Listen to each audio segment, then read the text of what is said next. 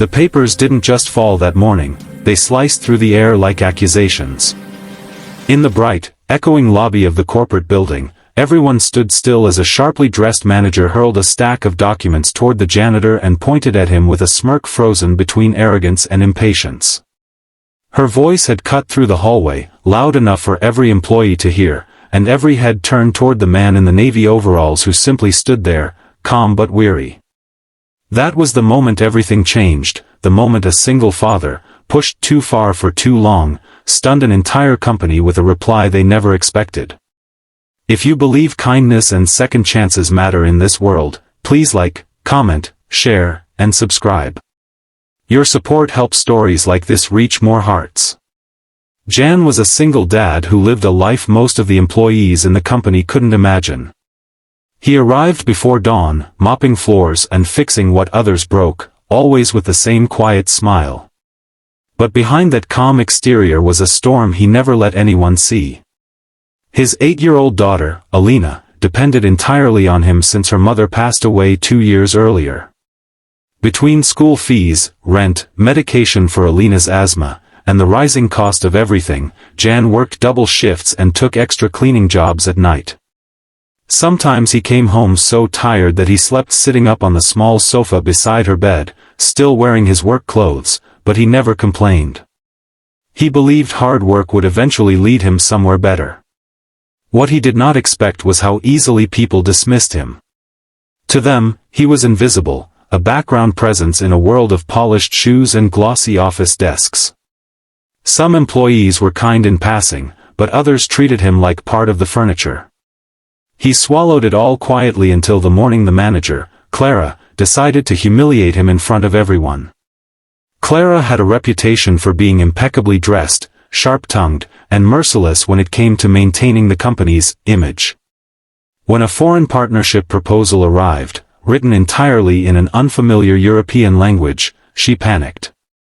The CEO wanted it reviewed within the hour, and no one in the office could translate it.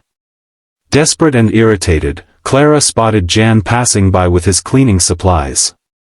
Without a second thought, she yelled at him to stop. Everyone watched as she shoved the papers into his hands.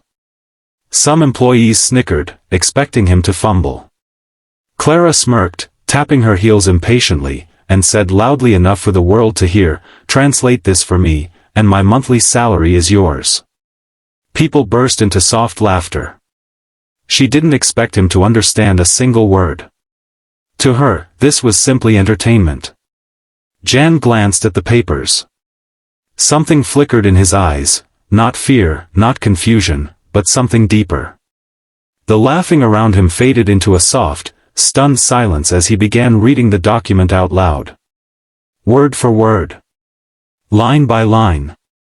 He didn't just translate, he explained technical references, corrected errors, and even noted subtle legal implications Clara had missed entirely. When he finished, the hallway was so quiet that even the floating papers seemed afraid to land. Clara's face turned pale. A few employees stared at Jan like they were seeing him for the very first time. They didn't know that years before becoming a janitor, Jan had earned a degree in linguistics and worked as a translator for international companies. But when his wife fell ill, medical bills overwhelmed them. He sold everything, quit his job to care for her, and after she passed, he was left with a single suitcase, a child, and no time to rebuild. So he took the only job he could find quickly, a janitorial position. He never told anyone because he didn't want pity, he wanted stability for Alina. That day, his truth stood in the light for the first time.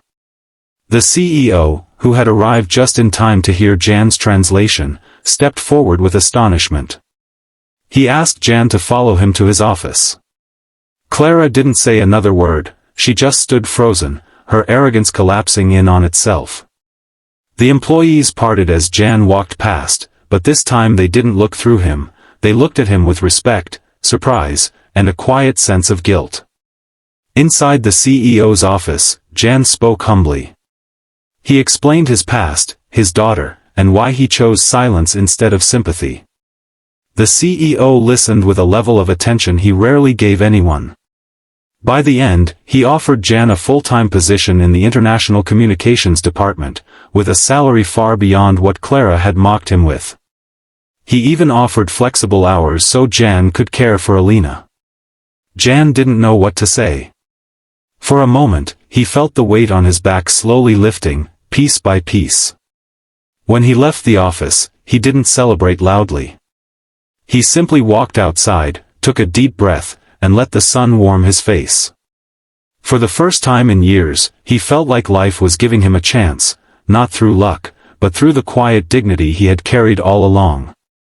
But the moment that truly changed him came later that afternoon. He picked up Alina from school, and she ran toward him with her usual excitement.